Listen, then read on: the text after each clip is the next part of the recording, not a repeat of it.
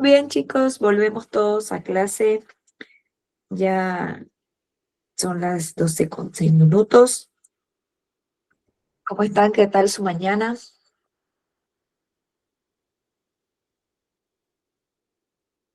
¿Hay ánimos? ¿No hay ánimos? Lo siento ahí un poquito cansados. Ya es miércoles hoy, ¿no? Es miércoles, ya un ratito se pasó la mitad de la semana. Nosotros seguimos en el avance del tema número 4. Ayer estuvimos viendo un poquito parte del tema 4, estuvimos recordando, repasando un poco sobre todo este tema, que es parte de lo que va a entrar también en su evaluación. Y ahora vamos a continuar también con esta unidad, para quienes acaban de ingresar a la clase. Estamos en la materia de historia en el tema 4. Esta materia consta en general de 5 temas. Así que vamos a tener estas semanitas un poco más relajadas, más tranquilas. Nos quedan 2 unidades para poder terminar todo el avance, así que va a ser un poquito más sencillo que las anteriores semanas que veníamos viendo ya las 3 unidades anteriores. Bien, permítanme unos segunditos. Voy a empezar a compartir pantalla. Mientras tanto, como siempre les digo, traten de tener a mano su cuaderno, alguna ayuda a memoria, para que estén anotando algunas cosas que no entiendan o que les llame más la atención. Es bueno que tengan sus anotaciones, más que todo ustedes con sus propias palabras, más que tal vez subrayar, ¿no?, lo del texto. Así que es una recomendación que les hago, que también puedan buscarse un lugar tranquilo, que no haya tal vez mucha bulla o que nadie los moleste o los distraiga, para que puedan entender un poquito acerca de lo que vamos a estar hablando ahora. Como les digo, va a ser un poquito más chill, más tranqui hoy, pero de todas maneras igual tienen que estar ahí prestando atención al tema para que sí se pueda entender. A ver, me van avisando cuando vean mi pantalla. A ver, a ver. Ahora sí. ¿Se ve?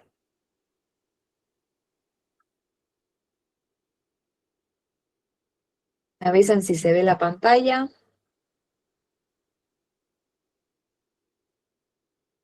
Perfecto. Tiene sus manitos ahí levantadas, así que muchas gracias. Perfecto, vamos a avanzar entonces. Seguimos en el tema 4. Estamos en el tema historia de Bolivia. Quienes tal vez no pudieron ingresar ayer o el día lunes, pueden buscar en sus textos esta parte, que ya estamos en este tema. Y el avance de ahora va a ser sobre las pérdidas territoriales. Hemos estado hablando un poquito de nuestra historia, de las guerras que hemos tenido, cómo era la economía, y hoy vamos a conocer un poco más a fondo el tema de las pérdidas que hemos tenido en nuestro territorio. Yo se los puse aquí un poquito más resumidito para que sea un poco más sencillo tal vez de entender o de estudiar. Y es que Bolivia, desde su nacimiento como república, fue que enfrentó muchos problemas para consolidar su propio territorio, para tener su propio territorio. Tuvo que atravesar por muchos problemas y a lo largo de su historia también perdió grandes extensiones de tierra. Estas pérdidas fueron tanto por acuerdos firmados entre los países vecinos, como también perdió territorios a través de las guerras. Estas pérdidas no fueron casuales, no fueron de casualidad, sino que casi siempre estuvieron vinculadas a territorios que eran bastante ricos en los recursos naturales y que despertaban a raíz de esto, obviamente, el interés de otros países de querer estos territorios por las riquezas que estos tenían. Es importante también, chicos, de que podamos comprender que estos procesos marcaron profundamente nuestra historia, marcaron la historia de Bolivia, tanto económica como también de forma social, ¿no? Debido a las pérdidas que hemos tenido territoriales, sí hubo como que un antes y un después. Marcó de forma económica, de forma social y también de forma política estas pérdidas que llegamos a tener a raíz del tiempo. Entonces les decía que estas pérdidas territoriales de Bolivia se perdieron aproximadamente la misma cantidad de territorio que conserva hoy, imagínense. Perdimos casi el territorio que tenemos actualmente. pudo haber sido nuestro, pudimos haber sido el doble de grandes si estos no se habían perdido. Y estas pérdidas se dieron por, uno, tratados diplomáticos, que vamos a estar viendo un poco más acerca de eso. También se perdieron a raíz de las guerras con los países vecinos que tuvimos, que estamos viendo algunas de las guerras que también se llevaron a cabo. Y la mayoría de estos conflictos estuvieron relacionados con las riquezas que teníamos en nuestros recursos naturales, para que ahí lo puedan apuntar. Parte de estos conflictos que hemos tenido ha sido por eso, ha sido porque teníamos tierras con mucha riqueza y que obviamente llamaba mucho la atención de nuestros países vecinos, los cuales querían también tener. Bien. Ahora vamos a conocer un poco sobre los territorios que fueron cedidos por tratados, estos que no se perdieron por ninguna guerra, sino que fueron cedidos, fueron dados a raíz de los tratados con los otros países. Y es que además, como les decía, además de las guerras, Bolivia perdió territorios a través de tratados, es decir, fueron acuerdos que se firmaron entre gobiernos y se cedieron estas tierras. Estos acuerdos generalmente se firmaban en contextos donde se tenía mucha debilidad política y también teníamos mucha presión internacional. Muchos de estos territorios eran zonas que estaban poco pobladas, pero tenían gran potencial económico. Por más que tal vez no tenían mucha sociedad, no estaban muy pobladas, sí tenían mucho potencial económico. Y esto con el tiempo demostró que esta pérdida afectó seriamente a nuestro territorio y afectó al país en sí. Estos fueron los territorios cedidos por tratados. ¿Quién me ayuda a la lectura de esta lámina? Así van despertando. A ver, ¿quién me ayuda con la lectura o elijo al azar? Ya se decidieron. Ahí está Gabriela. Gaby, ayúdeme por favor con la lectura para que conozcamos cuáles fueron los territorios que fueron cedidos por tratados y a qué países. Puna, Atacama, Argentina, 1829, con 35.910 kilómetros. Mato Grosso, Brasil, 1867, con 50.733 kilómetros cuadrados. Parte del Acre, Brasil, 1867, con 251.000 kilómetros cuadrados. Chaco Bien, Central, Argentina, 1889, con 130.095 kilómetros cuadrados. Purús o Apolobamba, Perú, 1902, con 250.000 kilómetros cuadrados. perfecto. Muchas gracias, Gaby. Estos fueron los territorios que fueron cedidos a partir de tratados, acuerdos, ¿no? Fueron acuerdos que se firmaron, se juntaron, se sentaron y se pusieron a ver qué se hacía con estas tierras. Y bueno, se firmaron en contextos de una debilidad política que tenía también el país y en parte como una presión internacional que fueron cedidos, ¿no? Se cedieron estos territorios que eran nuestros, que juntados podrían ser en realidad en la totalidad de lo que hemos perdido como país, es básicamente el doble de lo que tenemos ahora. En este caso, estos 5 puntos fueron territorios que se dieron, se los dio en un tratado, no en una guerra común. Bien, ahora vamos a conocer cuáles fueron las guerras y los recursos naturales también.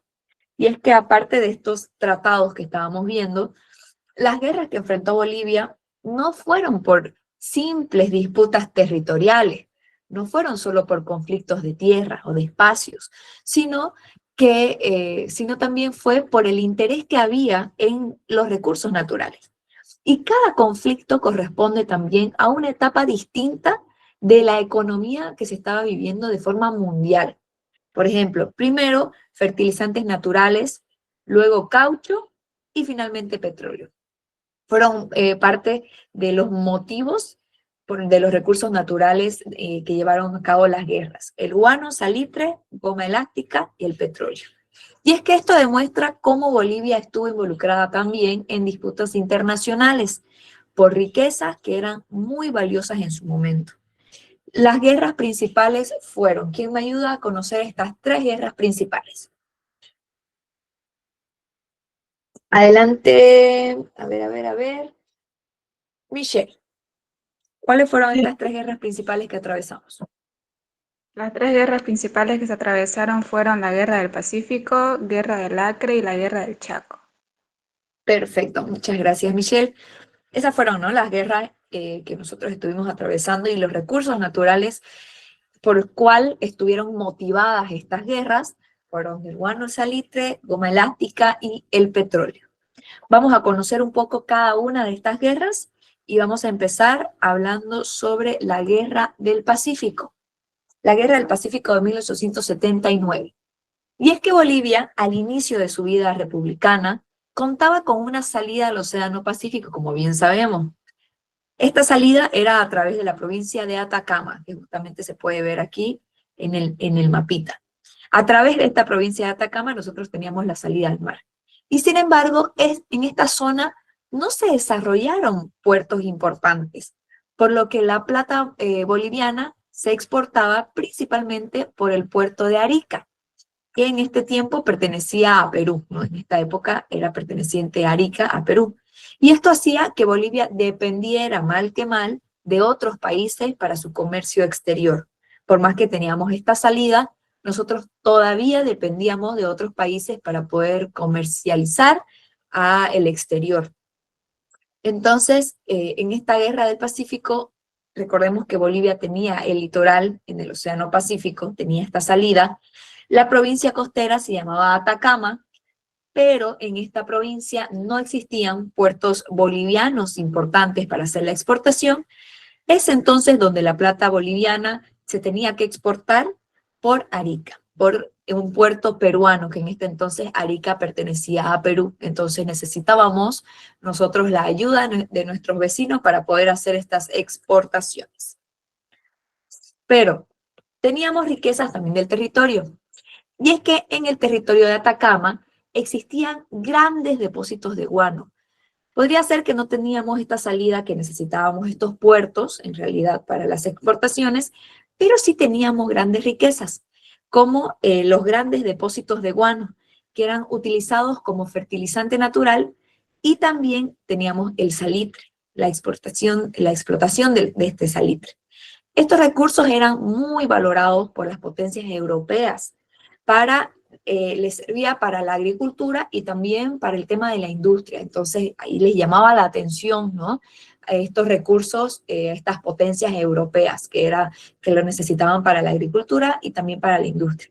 Y la riqueza, del territorio despertó también no solamente el interés en estas potencias europeas, sino que despertó el interés también en Chile, lo que aumentó que haya más tensión entre estos dos países, entre Bolivia y Chile. Si ya había esa tensión por los territorios, por las riquezas, el tema de la explotación también del salitre fue lo que en parte llamó la atención a Chile y aumentó las tensiones que ya se llevaban a cabo en esta época. Entonces, recordemos un poquito las riquezas que teníamos en este territorio de Atacama. Eran las grandes cantidades de guano, teníamos la explotación del salitre, y estos recursos eran muy demandados por Europa. ¿Qué pasa con este llamado de atención de Chile? Empieza la invasión chilena.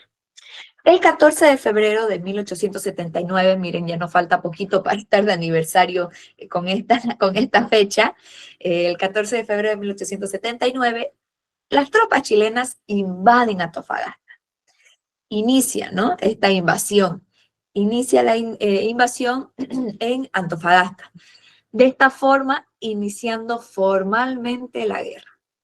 Luego, ocuparon otras poblaciones de Bolivia del litoral, pero cuando tomaron Calama, la población local, liderada por Ladislao Cabrera, ofreció resistencia, ¿no? A pesar del valor demostrado por los bolivianos, sabemos que fueron derrotados en el puente de Topáter. Entonces, esta invasión chilena arranca el 14 de febrero de 1879, una invasión que empieza de Antofagasta, ocupación de Mejillones, Caracoles, Cobija y Tocopilla. Fueron parte de la invasión chilena. El 23 de marzo hay la toma de Calama, hay una resistencia bastante dirigida por Ladislao Cabrera, pero por más que hubo esta resistencia, se llevó a cabo la derrota boliviana en el puente de Topata. Hasta acá, chicos, ¿estamos bien? ¿Tienen alguna duda? ¿Quieren que vuelva tal vez un poquito más atrás? ¿Está clarito? De forma así genérica es que estamos tocando estas invasiones y estas guerras para que sean puntuales las cositas que tengan que estudiar, que tengan que tener bien en claro y conocer para que den su examen. Bien, ya vi todos sus corazoncitos, así que seguimos. Pero estamos hablando de la guerra, ¿no es cierto? Y esta invasión. Y Bolivia tenía una alianza militar. Esta alianza la lleva a cabo con Perú, por lo que ambos países fueron que lucharon juntos contra Chile. Se unieron fuerzas y lucharon contra Chile. El propio presidente Hilarión Daza fue quien decidió ir al frente de batalla, pero luego fue reemplazado por el general Narciso Campero. En mayo de 1880, estos ejércitos que fueron aliados fueron derrotados en la batalla del Alto de la Alianza. Y después de esta derrota es cuando Bolivia se retira de este conflicto y queda solamente Perú enfrentándose a Chile. Esta fue parte de la alianza Bolivia-Perú y de las derrotas que tuvieron. Recordemos un poquito, Perú era el aliado de Bolivia, ambos países se juntan y enfrentan a Chile, a cargo del presidente Hilarión Daza, fue quien marcha al frente de este encuentro. Daza fue sustituido por Narciso Campero. Luego de esto aparece la derrota en la batalla del Alto de la Alianza en 1880 y Bolivia se retira de la guerra, dejándolo solo a Perú enfrentándose a Chile. Bien, ¿cuáles fueron sus consecuencias? ¿Cuál fue la consecuencia de toda esta guerra, de todos estos encuentros, de estos enfrentamientos? ¿Qué quedó como consecuencia de esta guerra? En 1880 se firmó un pacto de tregua entre Bolivia y Chile. Posteriormente a esto, en 1904, es cuando se firmó el Tratado de Paz, por el cual Bolivia es que cede de forma definitiva el litoral. En 1904 es que se firma este Tratado de Paz y a Bolivia acepta y cede definitivamente su litoral. A cambio, Chile se comprometió a construir un ferrocarril y pagar a Bolivia una indemnización a cambio de esto, a cambio de esta salida definitiva que tenían. Chile es que se compromete a que haga la construcción del ferrocarril y también a que le pague una indemnización. Es entonces, desde esta época, desde este momento, que Bolivia queda sin salida soberana al mar. ¿Quién me ayuda con la lectura de esta lámina que tiene algunos otros datitos como la cantidad de pago que se hizo como indemnización también? Ya vi la manito de Romina. Romy, ¿me puede ayudar, por favor, a recordar un poquito de lo que estábamos hablando en esta lámina, de las consecuencias que nos dejó la guerra? Ya, consecuencias de la guerra. En 1884, Pacto de Tregua, Bolivia-Chile.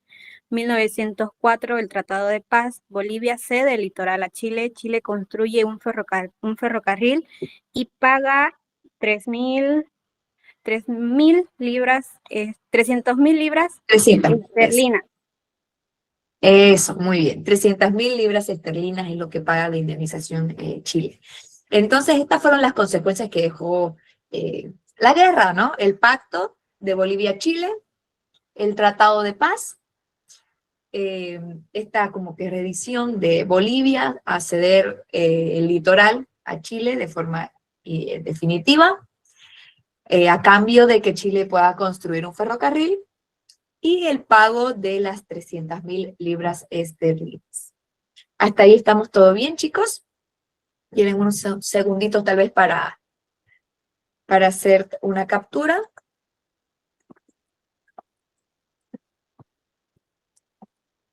¿Sí? Licenciada, ¿podría volver un segundo a la antigua diapositiva antes de esta? Es que no alcancé a sacarle captura. Claro que sí, Rubén, ahorita voy para la parte de atrás. Un segundito. Aquí está. Cuando estábamos hablando de las alianzas, ¿no? Las alianzas que tuvo Bolivia junto a Perú y de las derrotas que tuvieron también. Y cuando es que ya Bolivia decide salirse de esta guerra, dejando a Perú enfrentándose a Chile. Muy bien. Yo estuve buscando cuánto sería al cambio de hoy o cuánto sería un aproximado de este pago que hizo Chile, a más o menos para entender cuánto serían las 300.000 libras esterlinas. ¿Cuánto creen ustedes más o menos que sería, como para entender en bolivianos, estas 300.000 libras esterlinas que pagó de indemnización? A ver, ¿cuánto creen? Lancen numeritos. ¿Cuánto suponen? ¿Cuánto creen ustedes que podría ser la indemnización por este paso al litoral? ¿No se anima nadie a lanzar a ver un número, un aproximado? ¿Cuánto creen?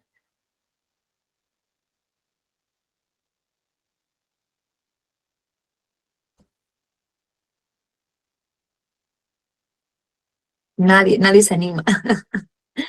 Nadie se anima. Pero más o menos les cuento que lo que estuve investigando como cálculo aproximado para estas 300.000 libras esterlinas sería alrededor de 2.850.000 bolivianos. ¿Cómo lo ven? ¿Lo ven poco? ¿Lo ven mucho? 2.850.000 bolivianos, más un ferrocarril a cambio del litoral.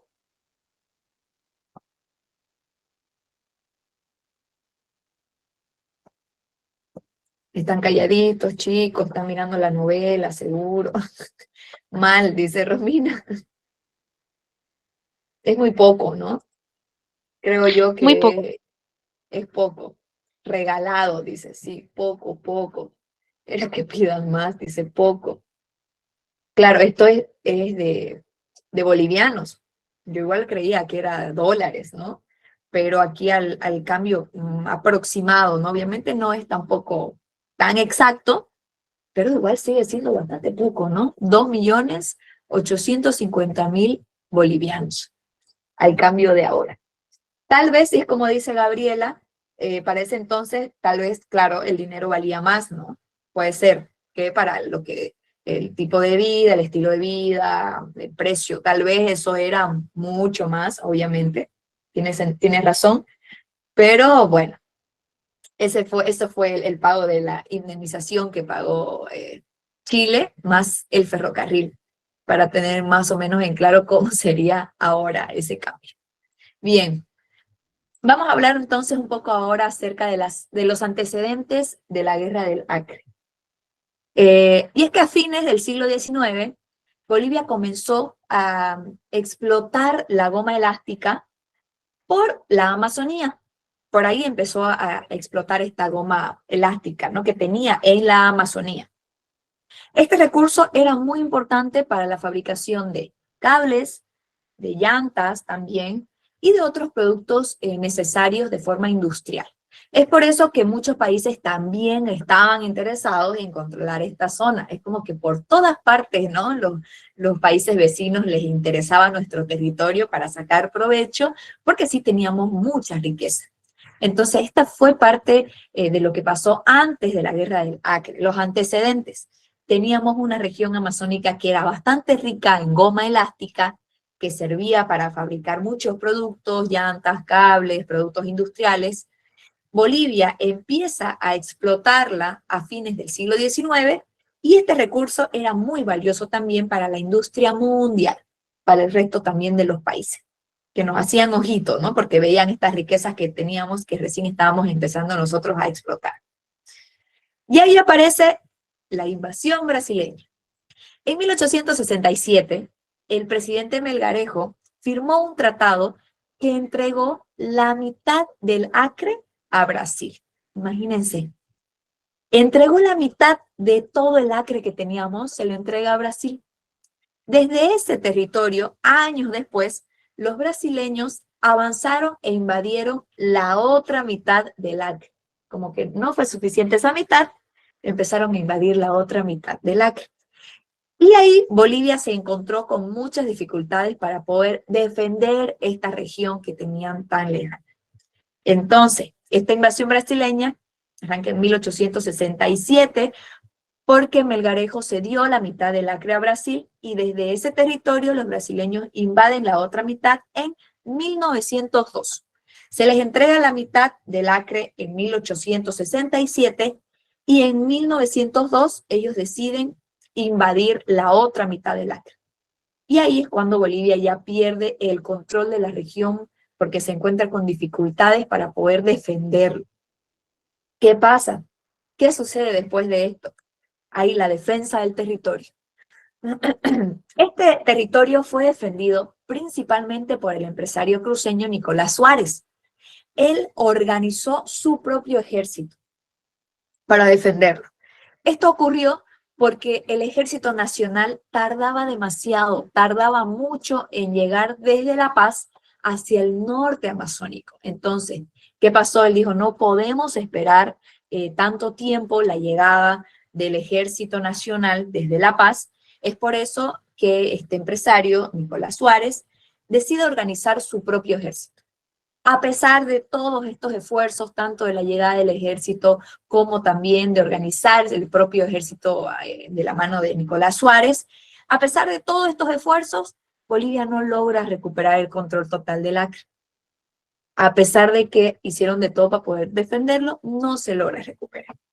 Entonces les decía que en esta defensa de territorio es dirigida por Nicolás Suárez, usa un ejército privado. El ejército boliviano tardaba mucho en llegar de la ciudad de La Paz, pero todos estos esfuerzos no lograron recuperar el control total del Acre. ¿Hasta aquí estamos bien?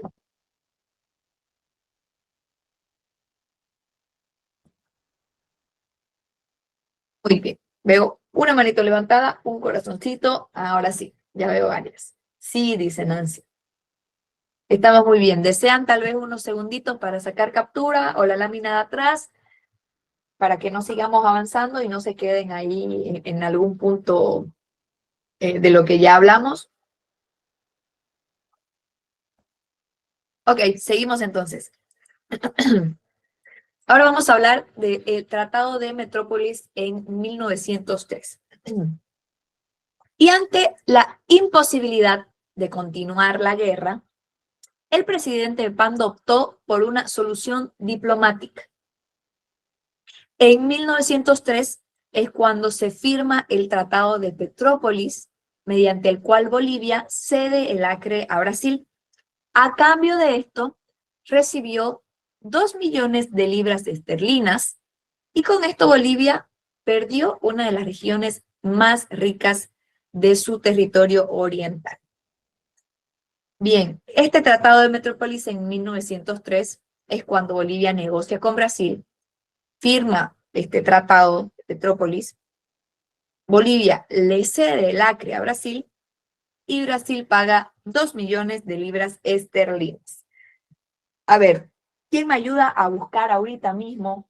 Ustedes que siempre están ahí con las plataformas digitales abiertas, sus mejores amigos de estudio, ChatGPT, Gemini y compañía, a buscar cuánto era 2 millones de libras esterlinas al precio de ahora. A ver, velocidad. Pregunten, a ver, busquen. ¿Quién tiene el dato de un aproximado de cuánto sería 2 millones de libras esterlinas a más o menos cuánto serían bolivianos ahora? A ver, ya varios lo encontraron. ¿Bruno? 2 millones de libras dice que es 18.941, 518.000. Pues, no, sí, eso. 18.000.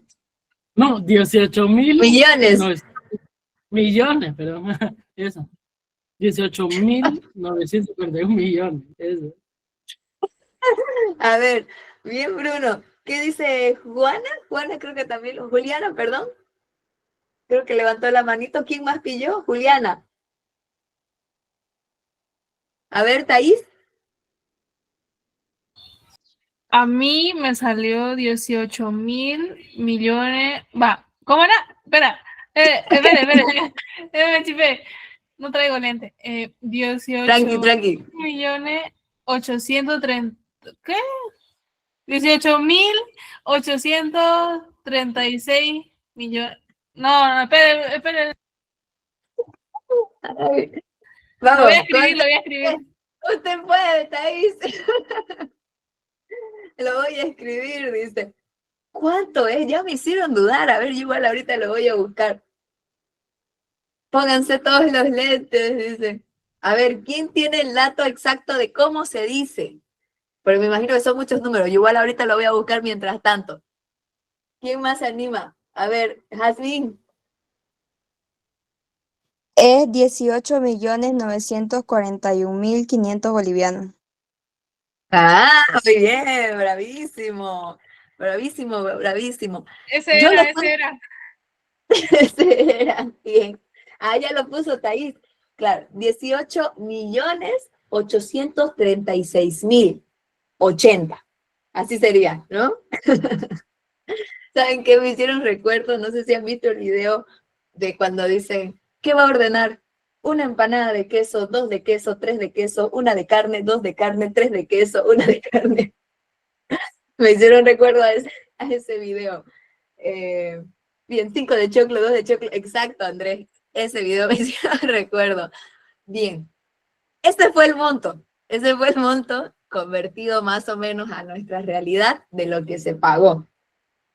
Yo les cuento que encontré aquí la conversión de 2 millones de libras esterlinas un poco más sencillo. Me salió 19 millones de bolivianos. Y es bolivianos, no dólares. Me salió 19 millones de bolivianos. Igual, creo yo que es poco, ¿no? ¿Cómo lo ven? ¿O lo ven bien pagado estos 19 millones de bolivianos por el territorio del Acre? Muy poco, dice Gabriela. No es nada, dice.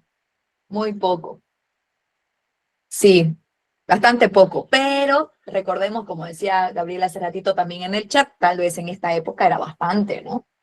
Claro, ahora nosotros lo vemos y decimos, no es nada para todo el territorio que se les dio, imagínense. Y claro, era, como dice Leandro, una inversión a largo plazo, obviamente, ¿no? No era como comprar algo que se iba tal vez a devaluar o algo más sencillo, era un territorio, imagínense, ahí del Acre, y la totalidad ya lo tenían ellos, no solamente la mitad que ya se les había cedido, sino que ya se agarraron de todo este territorio a cambio de este dinero que obviamente el dinero se esfuma si es que no se lo invierte de forma inteligente.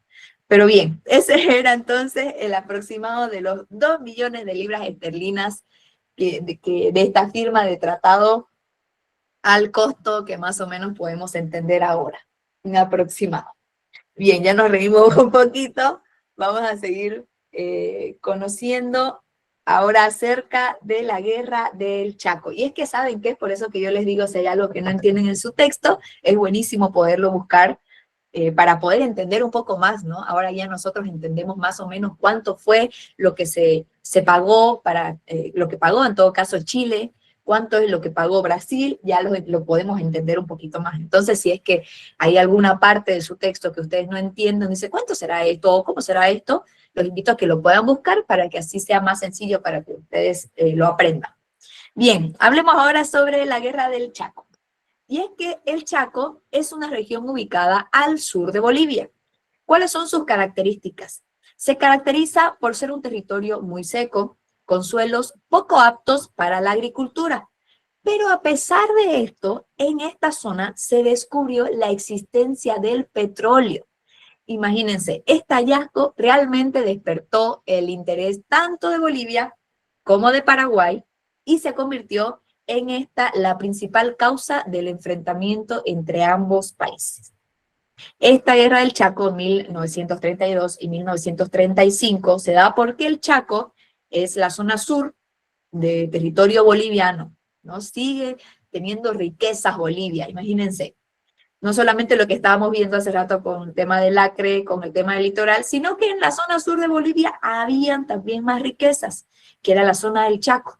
Era un territorio seco que tal vez no llamaba la atención para cultivos o para agricultura, porque no estaba apto, tenía muy poca fertilidad agrícola, pero a pesar de esto, en este territorio seco, que era el Chaco, se descubrió el petróleo. No, ahí le brillaron los ojos a Paraguay, y este recurso fue la principal causa del conflicto que tuvimos con este país. ¿Hasta aquí estamos bien?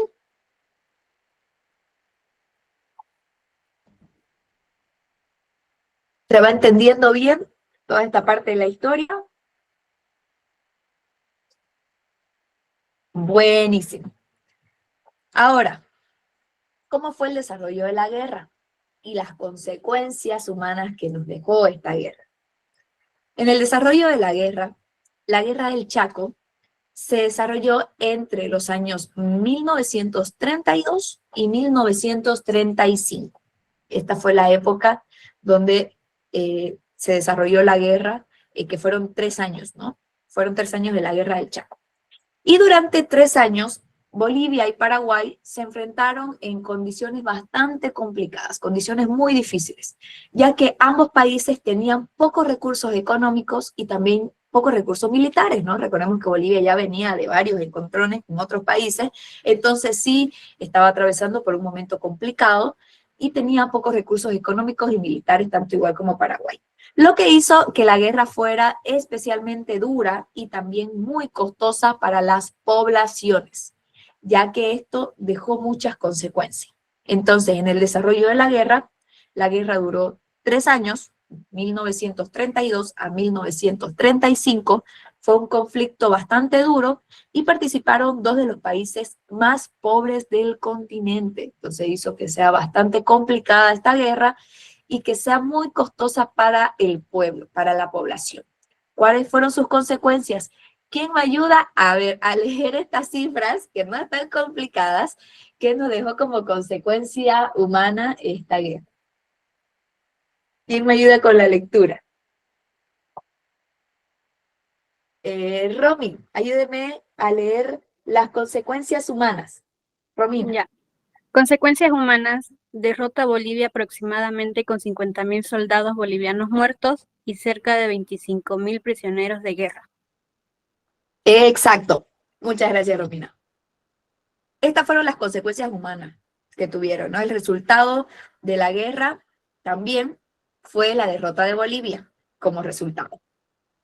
Consecuencias humanas y la derrota de Bolivia fueron las consecuencias, pero en el caso de las consecuencias humanas fueron bastante graves. Y es que se calcula que murieron alrededor de 50.000 soldados bolivianos y que 25.000 de estos soldados fueron tomados como prisioneros.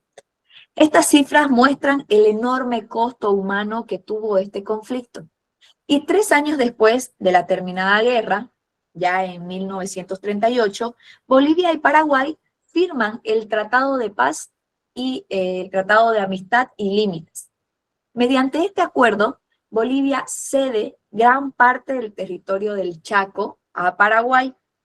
Entonces, en este tratado, en esta firma de Tratado de Paz, Amistad y Límites, Bolivia cede gran parte del territorio del Chaco, se lo da a Paraguay. Este tratado puso fin de forma oficial al conflicto que habían entre ambos países. Pero bueno, también Paraguay se quedó con parte de nuestro territorio, ¿no? Así a poquito, como que Bolivia fue repartiendo territorio y bastante importante y significativo para nosotros.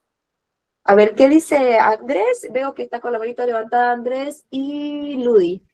Disculpe, ¿el tratado fue firmado en el 35? No escuché muy bien. El tratado que estábamos hablando fue cuando finaliza la guerra, fueron 3 años después, ¿no? 3 años después que termina la guerra, es en 1938, porque recordemos que la guerra duró 3 años, duró hasta 1935. y después de 3 años que termina la guerra, en 1938, es cuando se firma este Tratado de Paz, Amistad y Límites. Así se llamaba el tratado, ¿no? Tratado de Paz, Amistad y Límites es el que llegan a firmar, donde este acuerdo es, bueno, que le da fin a este conflicto que tenían entre ambos países, pero parte de este acuerdo era el ceder parte del territorio del Chaco a Paraguay. Ludi, ¿tiene alguna otra consulta? Buenas tardes, Listen. ¿Lo puedes parar al final? ¿Lo voy a poder proyectar de nuevo una por una de las diapositivas, por favor? Es que yo entré tarde. Está bien, Ludi. ¿Les parece si al finalizar el avance les doy como ayer, les di unos segunditos a cada diapositiva mientras vamos conversando de lo que hemos hablado?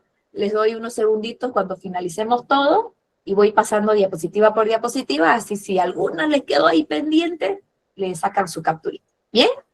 Así que no se preocupe, Ludi. Ok. Seguimos entonces. Y vamos a hablar sobre los cambios políticos que nos dejó la guerra. Terminaron las guerras y hubieron cambios políticos tras las guerras. Las guerras que Bolivia enfrentó no solamente produjeron pérdidas territoriales y también humanas, sino que también importantes cambios políticos. Por ejemplo, después de la Guerra del Pacífico, surgieron los partidos políticos. Los conservadores lograron llegar al poder después de esto. Y durante este periodo, tras una guerra civil iniciada en 1898, la sede de gobierno fue trasladada de Sucre a la ciudad de La Paz. Ahí es donde se hace este cambio de la sede de gobierno, como un cambio político que nos dejaron las guerras, cambios que hubieron, tras las guerras. Entonces, ¿quién me ayuda con la lectura de estos 4 puntos? Adelante, Bruno. Ya. Cambios políticos tras la guerra. Las guerras provocaron grandes cambios internos. Surgieron partidos políticos. Los conservadores llegaron al poder. Se trasladó la sede de gobierno de Sucre a La Paz. Perfecto, muchas gracias, Bruno. Estos fueron los cambios que hubieron, ¿no? Y las guerras que Bolivia enfrentó, entonces vemos que no solamente fueron para tener cambios en nuestras pérdidas de territorio o en las personas, cambios en las consecuencias que hubieron, sino que también hubieron cambios políticos. Después de este caso de la Guerra del Pacífico fue que surgen estos partidos políticos, los conservadores llegan al poder, aparte de eso se traslada la sede de gobierno que estaba en Sucre, se traslada a la ciudad de La Paz, tras la guerra civil iniciada en 1898. Bien, vamos a hablar ahora de esa guerra civil, la guerra civil de 1898. Esta guerra enfrentó a 2 grupos políticos. Los conservadores estaban establecidos en Sucre, mientras que los liberales tenían su base en la ciudad de La Paz. Los liberales prometieron implantar un sistema federal, lo que les permitió obtener apoyo de los otros departamentos, ¿no? Porque ellos prometieron que iban a implantar un sistema federal, lo que esto les permitió obtener el apoyo de los otros departamentos. También consiguieron el respaldo de los aymaras, que fueron dirigidos por Zárate Huilca. ¿Quién me ayuda a leer nuevamente esta partecita? Adelante, a ver. Michelle. Conservadores, la guerra civil de 1898. Hubieron conservadores en Sucre, liberales en La Paz. Los liberales defendían el federalismo, vino el apoyo de otros departamentos y apoyo de los aymaras liderados por Zárate Huilca. Perfecto, muchas gracias. ¿Alguien sabe cómo es o qué es el sistema federal?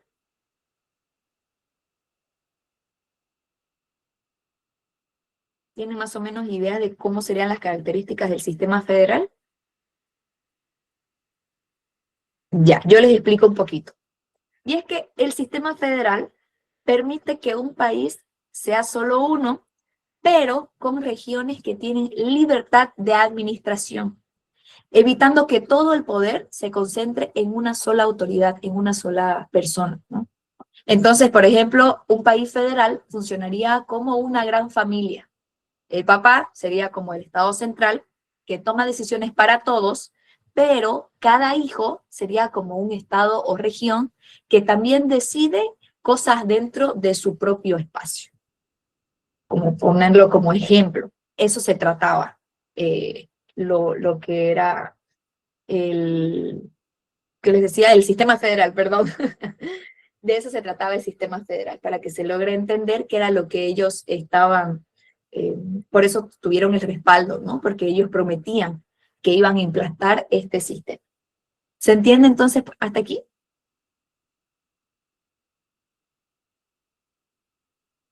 ¿Hay alguna duda?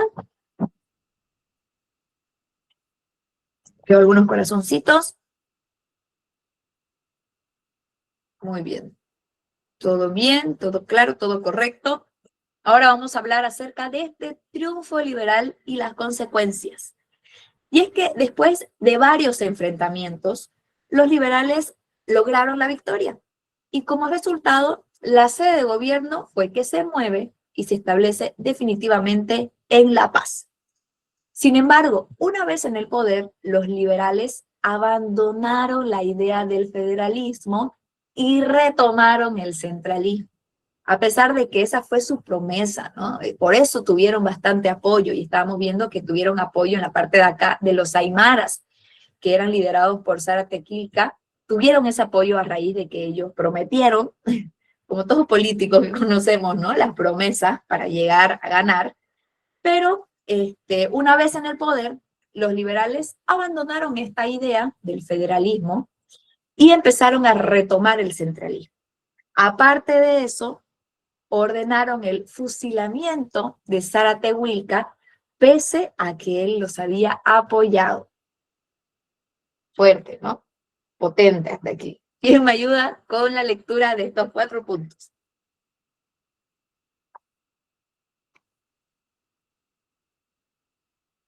A ver, ¿quién me ayuda?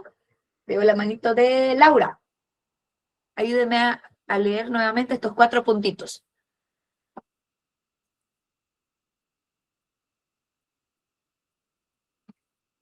Nada, Laura. Entonces, Michelle. Laura, adelante. Si me puede ayudar a leer nuevamente estos 4 puntitos. Ya. La Paz triunfa en la guerra civil. La sede de gobierno queda en La Paz. Los liberales vuelven al centralismo y Zárate Huilca es fusilado. Bien. ¿Alguien sabe a qué se refiere con esto de centralismo? ¿O cómo es el centralismo? Es que el poder se concentra en uno solo. Exacto. Y ahí estaba viendo en los comentarios que estaban preguntando, ¿no? Si era o no era centralista Bolivia, o era federal. Pues Bolivia, de forma como que más precisa, el sistema político que tiene es unitario y centralista, ¿no? Pero Bolivia es un país centralista, pero también tiene autonomías. Entonces, es tal cual como decía nuestra compañera, en el caso de cómo es el centralismo, el centralismo busca mantener el orden y la unidad, pero puede generar descontento tal vez de las regiones porque no participarían mucho en sus decisiones. Hace rato poníamos de ejemplo el federalismo como en una familia, ¿no? En un ejemplo del centralismo sería como una empresa, donde todo se decide desde una oficina central y las sucursales solamente tienen que cumplir instrucciones. Así sería más o menos poniendo de ejemplo cuando hablamos de centralismo, ¿no? Que es un sistema de organización del Estado en el que el poder político se concentra principalmente en el gobierno central, que toma las decisiones más importantes para todo el país, y las regiones, como ser los departamentos, provincias, municipios como tal, no tendrían tanta autonomía, sino que dependen total de lo que decida el gobierno nacional. En eso se basa el centralismo. ¿Se entiende hasta aquí todo? el tema del centralismo, del federalismo. Si bien aquí en el texto no se explica estas palabras, pero es importante que los conozcamos, lo entendamos, para que así podamos diferenciarlas y podamos entender un poquito más de la historia y por qué eran los conflictos y qué sucedió, ¿no? Entonces, por eso se los explico ahí un poquito. Bien, fue bastante fuerte lo que pasó en esta época, porque imagínense, después de haber tenido apoyo bastante fuerte de Zárate Huilca, ordenaron a que lo fusilen, imagínense, a pesar de que tuvo mucha ayuda para que puedan llegar al poder, ¿no es cierto? Los liberales. Y bueno, ellos una vez estando en el poder, abandonaron esta idea que tenían del federalismo, por el cual todos los apoyaron, y retomaron el centralismo.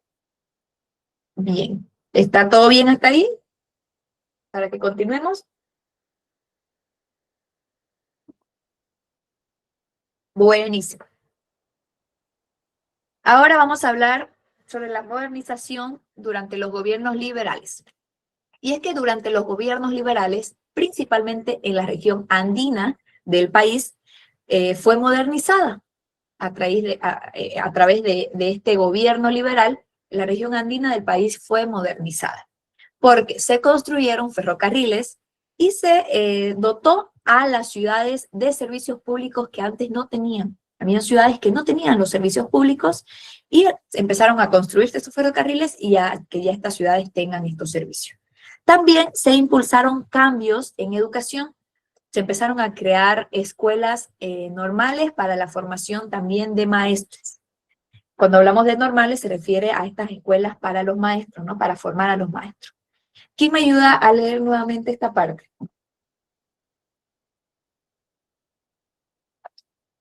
Adelante. A ver. Rubén. Modernización durante los gobiernos liberales. Modernización de la zona andina. Construcción de vías férreas. Ciudades con servicios públicos. Y la creación de normales para formar maestros.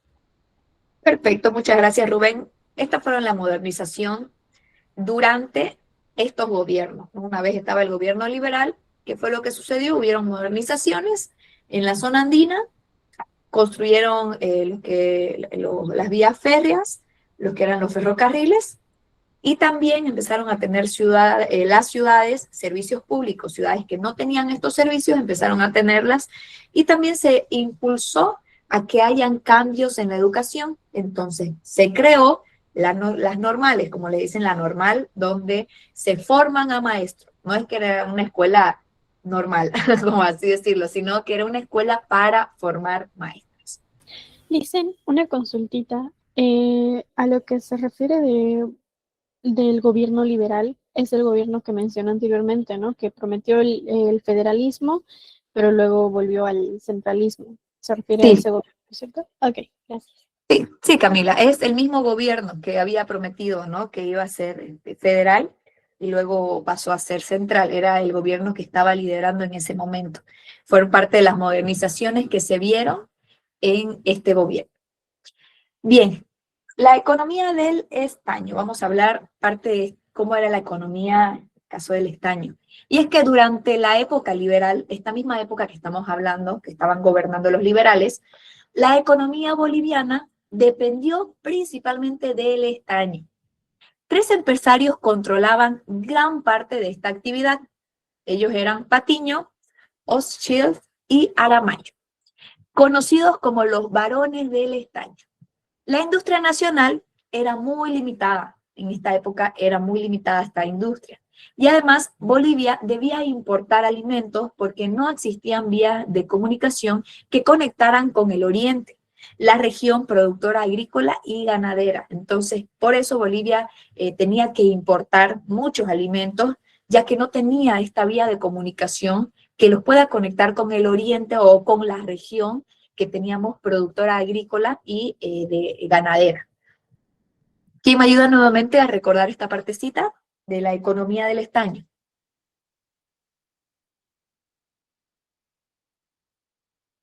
A ver, veo la manito levantada de Jazmín.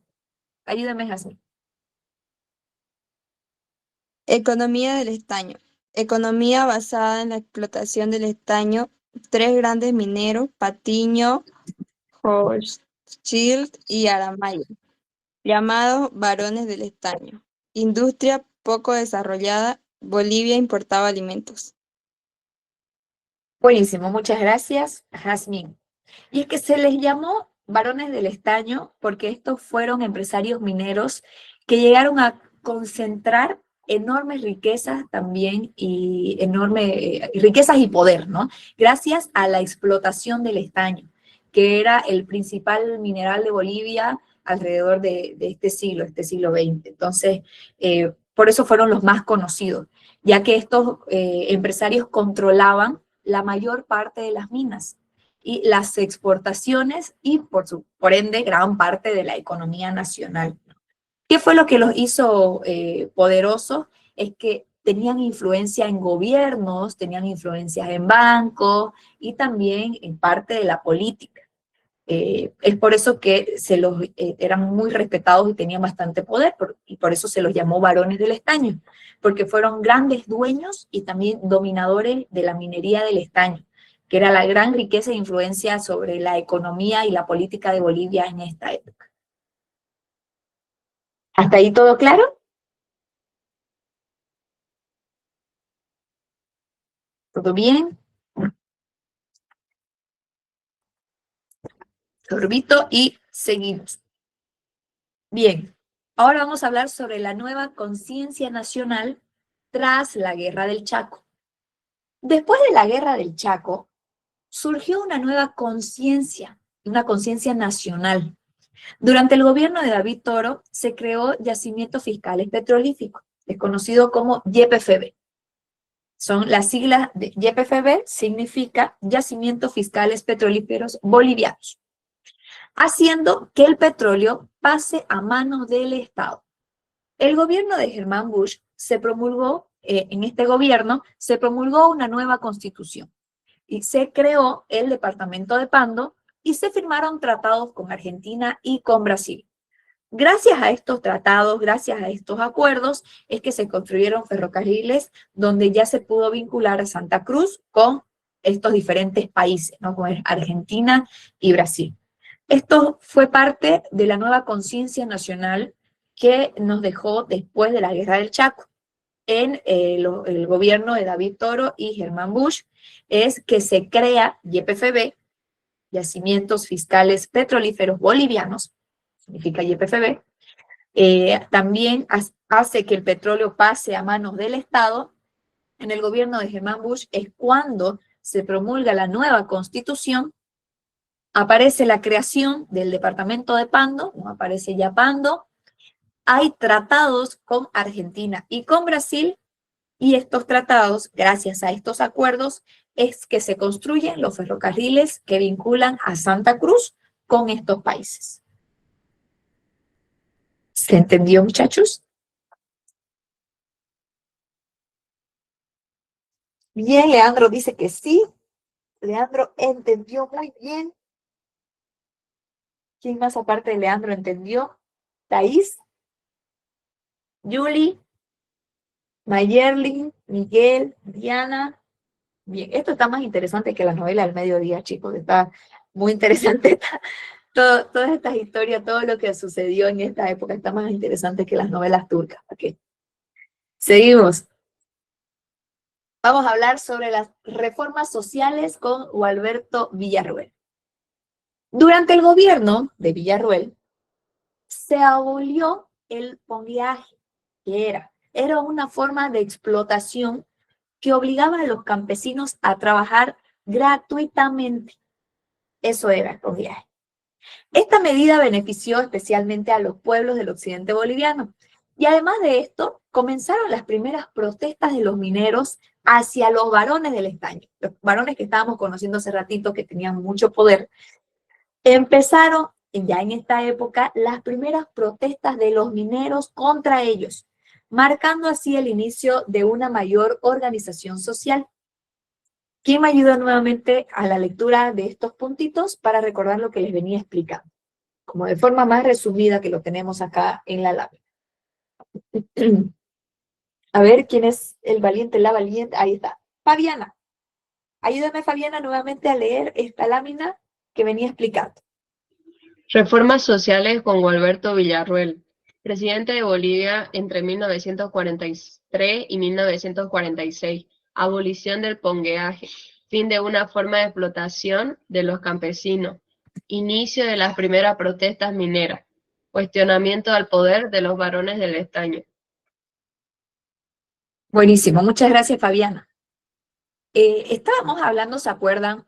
De hace poquito sobre la mita, ¿no? Que era el trabajo forzado, obligatorio, que tenía algunos beneficios, pero también no tenía muchas cosas que necesitaban también los trabajadores. Ahora estamos hablando del pongueaje. ¿Cuál es la diferencia en la mita al pongueaje? El pongueaje era una forma de trabajo forzoso y gratuito. Era gratuito este trabajo. Existía en Bolivia durante los siglos XIX y XX, alrededor más o menos. ¿Y de qué consistía?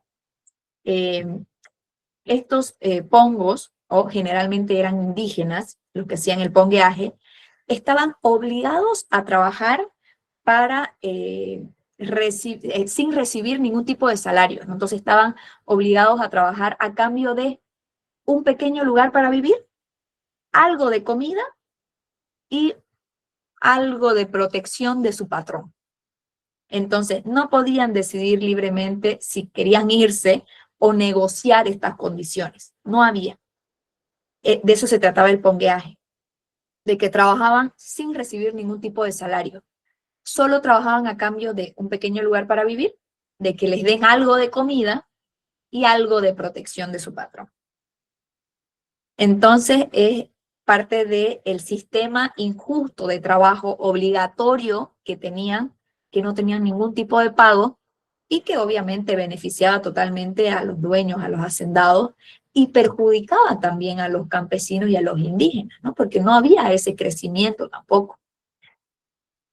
¿Se entendió entonces la diferencia y qué significa cuando hablamos de pongueaje? Buenísimo. Ahora, ¿por qué es importante cuando decimos abolición del pongueaje? ¿Por qué fue importante? Porque el pongueaje representaba a la explotación y al abuso total y mantenía a estos pueblos indígenas en una situación de desigualdad, obviamente, ¿no? Porque eran explotados. Fue abolido en 1953, pero, o sea, fue mucho el tiempo también que se sufrió de esta explotación y de este abuso, y por ende también de la desigualdad que había en esta época. Bien, ¿se entendió entonces hasta aquí? Ok. ¿Cuáles fueron los trabajos? Estos no sé si se menciona en el texto, creo que no, pero como para que sepamos un poquito de cuáles eran los trabajos que llevaban a cabo en el pongueaje, era entre hacer limpieza, la casa del patrón, cocinar, cuidado de los animales, trabajos agrícolas, era trabajo explotado, ¿no? que tenían los campesinos. Es por eso que estas fueron partes de las reformas sociales que hubo Gualberto Villarroel, que estábamos viendo qué sucedió en esta época. Entonces se abolida esta explotación, ¿no?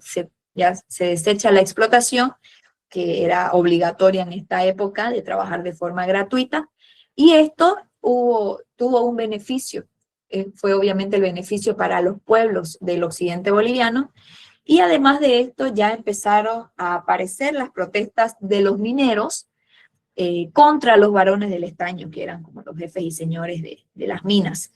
Y así ya se marcó el inicio de que ellos puedan organizarse de una mejor forma y que haya el inicio de una mayor organización social. Muy bien, ¿hasta aquí todo claro, muchachos? ¿Se entendió cuál es la diferencia entre la mita y el pongueaje? A ver, ¿quién me puede decir cuáles son las diferencias entre la mita y el pongueaje?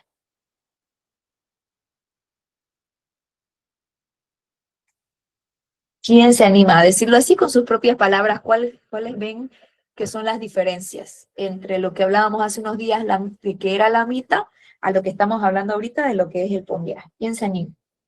A ver, veo la manito levantada se desanimó Ludi. ¿Andrés? Básicamente la diferencia entre la mita y el pondeaje es que la mita por lo menos tenía un poco de retribución del trabajo que hacía la persona que era obligada. En cambio del pondeaje muy forzoso y sin ningún tipo de beneficio, apenas manteniéndolo en un estado mínimo de vida decente. Exacto. Muy bien, Andrés. Muchas gracias. Sí, esas son partes de las diferencias, ¿no? Así que si ustedes ven la palabra de pongueaje en el resto, ¿no? de las partes que vamos a seguir viendo también en el texto o en su examen, para que recuerden ahí cuáles eran las diferencias y que cuando hablamos de pongueaje era de trabajo forzoso y obligatorio, que no tenía ningún tipo de remuneración. Solo, como dicen, lo básico, digamos, ¿no? Comida, techo y seguridad, y que los patrones tengan la seguridad del patrón, digamos, ¿no? Después nada más, no tenía mucha libertad ni siquiera a irse. Bien, chicos, hasta aquí les cuento que es el avance de hoy, así que papelitos para todos. Papelitos para todos. Esperamos el avance que nos corresponde a hoy. Pero, como me estaban pidiendo, eso, lluvia de papeles también aquí en el chat, me estaban pidiendo que pase por las diapositivas, ¿no es cierto? ¿Quieren que me dé una vueltita por todas las láminas? Sí, sí, dice Ludi. Aparte de Ludi, ¿alguien más quiere que me dé una vuelta por todas las láminas? Michelle no, Mayerlin dice que sí. Maribel tiene hambre. Julie dice que no. Sí, dice Soledad. Sí, dice Ainhoa. Qué bonito nombre, Ainhoa. Sí, dice. Bien, vamos a irnos rapidito. Me voy desde la primera hasta la última, ya que tenemos estos minutitos, para que así si se les quedó algo ahí pendiente, puedan sacarle captura. Empezamos con lo de la historia de Bolivia. Aquí está la lámina de las pérdidas territoriales que tuvimos en Bolivia. ¿Cuáles fueron las pérdidas? Ahí van unos segunditos. La explicación parte de lo que perdimos, que fue alrededor del mismo territorio que tenemos. ¿Cuáles fueron los territorios que fueron cedidos por tratados? Fueron estos, que justo hoy estuvimos viendo todos los parte de los tratados, cuál fue, ¿no?, la remuneración que recibimos a cambio de cada uno de estos territorios. Hablamos también de las guerras y los recursos naturales, cuáles fueron las motivaciones de estas guerras, que eran los recursos que teníamos, las 3 guerras que tuvimos. La primera, la Guerra del Pacífico, el año en que sucedió, cuáles eran los datos más importantes, lo que no habían puertos, las exportaciones que teníamos, que tenían que ser por nuestros vecinos, las riquezas que también teníamos en esta zona de Atacama, que eran parte de las riquezas que teníamos en el territorio. Luego hablamos de la invasión chilena, 14 de febrero, que estamos a nada de estar de aniversario de esta invasión. Ahí están todos los datitos. Por aquí también estuvimos hablando de la alianza Bolivia-Perú, las derrotas que tuvieron, como también Bolivia se retira ya de este conflicto, dejando a Perú enfrentándose a Chile.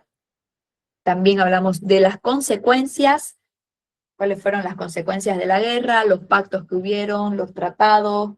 Estuvimos hablando de cómo fue el pago que hizo Chile, cuánto era el precio más o menos para entenderlo ahora, lo que eran las 300.000 libras esterlinas. Hablamos también de la guerra del Acre y sus antecedentes, antes de esta guerra, que fue en 1902 a 1903, un añito. Seguimos, también estuvimos conversando sobre la invasión brasileña, cuando volvemos a perder control, en este caso de la región, volvemos a perder territorio, volvemos a ceder. Estuvimos hablando de la defensa, que cómo defendimos el territorio, cómo se defendió por un empresario cruceño, quien organizó su propio ejército. También hablamos del Tratado de Petrópolis, que se realizó de Bolivia a Brasil, donde Bolivia cede parte del Acre y Brasil paga 2 millones de libras esterlinas. Nos quedamos ya, o sea, le pasa a Brasil el resto del Acre que estaba pidiendo.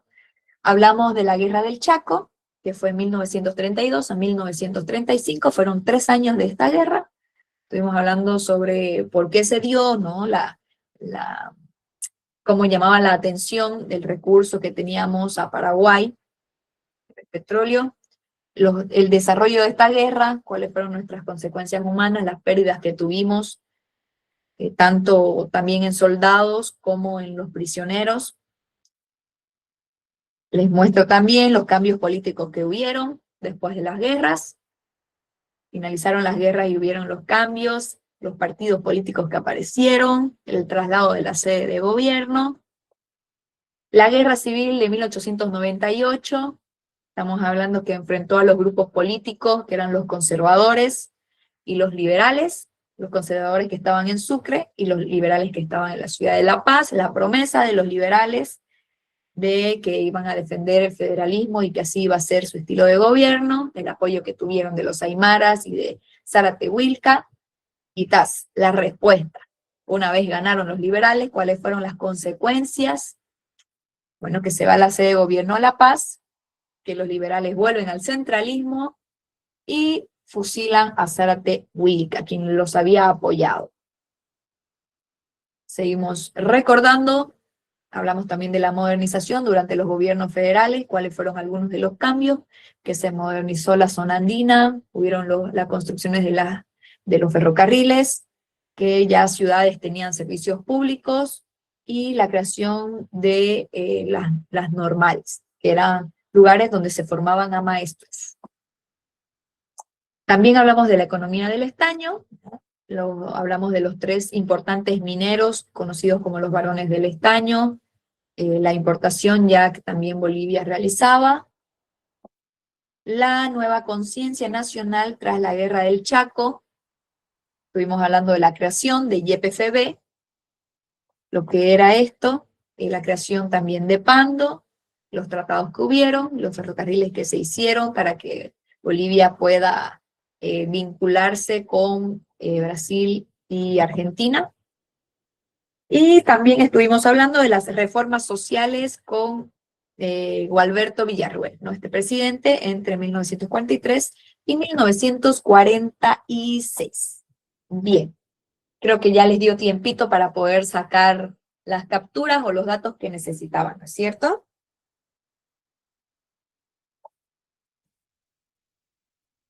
Un placer, querida Soledad. Sí, dice, ya dio tiempo. Gracias, Lice. Un placer, chicos. ¿Qué les pareció el tema de ahora? ¿Interesante? ¿Mejor que las novelas turcas? ¿Ya conocían bien parte de esta historia? ¿O algunos lo están entendiendo tal vez un poquito mejor ahora? Cansado, dice, largo, un poquito largo, sí. ¿Para qué que sí es un poquito larga esta parte? De todas maneras, sí es más sencillo de lo que hemos estado viendo. Es un poquito más sencillo. Yo lo veo como un chisme, dice Soledad. Así se va a entender mejor, ¿no? ¿Verdad? Léanlo como un chisme, como que lo apoyó y después lo fusilaron y luego fue un tratado y después le cedió el territorio, así tal cual, ¿no? Como era un chisme, como si fuera un chisme. Dice retroalimentación del colegio, dice. Está más complejo. Sí, es un poquito más extenso tal vez de lo que se vio en el colegio.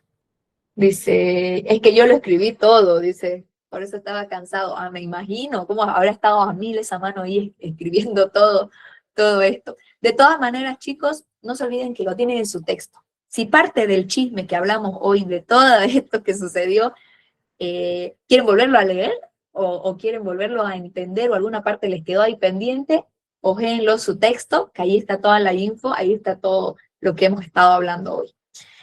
Y bueno, terminamos por ahora, muchachos. Mañana vamos a seguir hablando sobre esta unidad 4. Todavía nos queda un poquito más de información, de data de esta época, Vamos a estar hablando acerca de la revolución de 1952, el día de mañana. Si no me equivoco, también estaremos hablando de la dictadura a la democracia. Sí, y creo que hasta ahí nomás. Bueno, ya vemos el avance para el día de mañana. Mientras tanto, les puedo pedir eso, que le den una leída a lo que hemos avanzado hasta el momento para que no se les haga muy pesadito.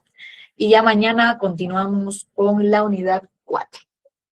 Gracias, querida Yuli, por ese mensajito. Ustedes también son los mejores, les va a ir muy bien en el examen. Me encanta cuando entienden un poquito más el tema o cuando ya se pueda disolver alguna duda que tengan, así que para eso estamos. Bien, chicos, los dejo que sean felices. Les dejo estos minutitos extras para que puedan leer un poquito de lo que